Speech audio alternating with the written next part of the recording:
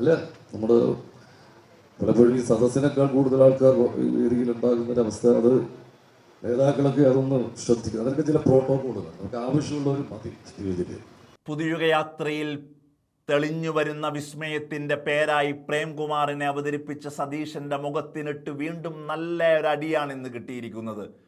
സാംസ്കാരിക സാഹിതിയുടെ സമ്മേളന വേദിയിൽ പ്രേംകുമാർ പ്രസംഗിക്കാൻ എഴുന്നേൽക്കുന്നു. അദ്ദേഹത്തിൻ്റെ മുമ്പിൽ വലിയ പേജുകൾ, വലിയ കടലാസുകൾ. അതിൽ അദ്ദേഹം നോക്കി സമയമെടുത്ത് വായിക്കുകയാണ് വേദിയിലുള്ള ആളുകളുടെ പേര്. വായിച്ചിട്ടും തീരാതെ സഹികെട്ട പ്രേംകുമാർ സ്റ്റേജിലേക്ക് തിരിഞ്ഞു നിന്നിട്ട് പറയാ, വല്ലാത്ത ഒരു ജനബാഹുല്യമാണല്ലോ സ്റ്റേജിൽ വേദിയിലെന്ന്. ഇതാണ് നമ്മൾ പറയുന്നത്, വേദിയിൽ ഇരുത്തേണ്ടവരെ ഇരുത്താവൂ. വേദിയിലല്ല തിരക്ക് വേണ്ടത്, സമ്മേളന നഗരിയിലാണ്. ജനങ്ങൾ ഇരിക്കുന്ന കസേരകളാണ് നിറയേണ്ടത്.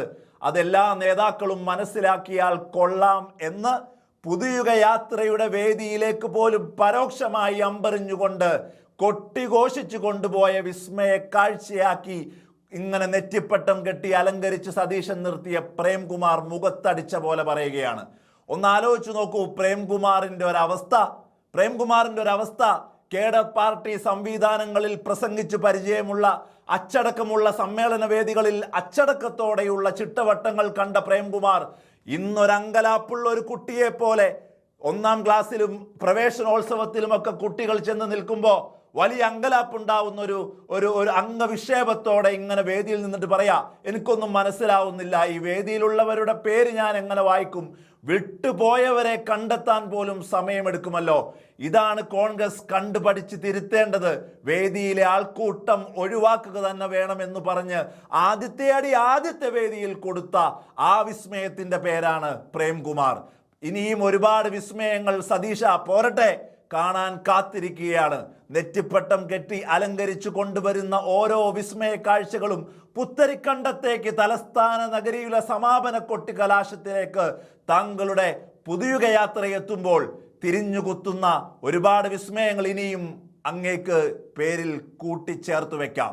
KPCCയുടെ സംസ്കാര സാഹിതി 2026 ഉത്സവം എന്ന പരിപാടി, ഇവിടെ നിരവധിയായ പരിപാടികളുടെ ഒരു വലിയ ശൃംഖല തന്നെയുണ്ട്. പുസ്തകോത്സവം, നാടകോത്സവം, സെമിനാറുകൾ, സാഹിത്യ ചർച്ചകൾ, ഷോർട്ട് ഫിലിം ഫെസ്റ്റിവല്, ഇതര കലാപരിപാടികൾ, ചിത്രകലാ ക്യാമ്പ്, ഫുഡ് കോർട്ട്, കലാനുത്സവം തുടങ്ങി വിവിധങ്ങളായ പരിപാടികളുടെ 6 ദിവസം നീണ്ടുനിന്ന ഒരു വലിയ സാംസ്കാരിക മേളയുടെ സമാപന സമ്മേളനത്തിലാണ് ഞാൻ പങ്കെടുക്കുന്നത്. വേദിയിലെ വിശിഷ്ട സാന്നിധ്യങ്ങളുടെ ഒരു വലിയ നിര തന്നെ ഇവിടെയുണ്ട്. അതിനായിട്ടുള്ള നമ്മുടെ ജനപ്രതിനിധി ശ്രീ CR മഹേഷ്, എൻ്റെ ഒരു സ്വന്തം സഹോദര തുല്യനായ സുഹൃത്താണ്. ഇവിടെ ശ്രീ NV പ്രദീപ് കുമാറുണ്ട്. ഒരുപാട് സിനിമകളിൽ ഞാൻ അഭിനയിച്ചിട്ടുണ്ട്. പ്രിയപ്പെട്ട ശ്രീ ജോസ് തോമസ്, മലയാളത്തിൻ്റെ പ്രശസ്ത സംവിധായകൻ.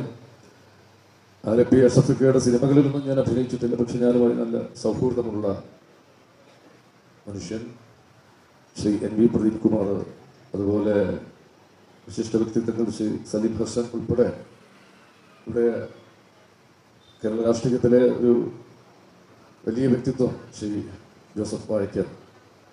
ആദ്യം പറയേണ്ട പേരുകളിൽ ഒന്നാണത്. ഞാൻ ഒരു ഓർഡറിലൊന്നും അല്ല പറഞ്ഞത്, അങ്ങനെ പറഞ്ഞു എന്നേ ഉള്ളൂ. വിശിഷ്ട വ്യക്തിത്വങ്ങൾ ഇനിയും നിരവധിയുണ്ട്. എല്ലാവരെയും ഈ കോൺഗ്രസിന്റെ വേദിയിൽ നമ്മൾ എല്ലാവരെയും പറയാൻ പോകുന്ന കുറച്ച് ബുദ്ധിമുട്ടുണ്ട്. അതൊന്നും നിങ്ങളൊക്കെ ഒന്ന് ശ്രദ്ധിക്കേണ്ട ഒരു കാര്യമാണ്. അല്ല, നമ്മുടെ പലപ്പോഴും ഈ സദസ്സിനേക്കാൾ കൂടുതൽ ആൾക്കാർ വേദിയിലുണ്ടാകുന്നൊരവസ്ഥ, അത് നേതാക്കളൊക്കെ അതൊന്ന് ശ്രദ്ധിക്കുക. അതൊക്കെ ചില പ്രോട്ടോക്കോളുകൾ നമുക്ക് ആവശ്യമുള്ളവർ മതി സ്റ്റേജിൽ.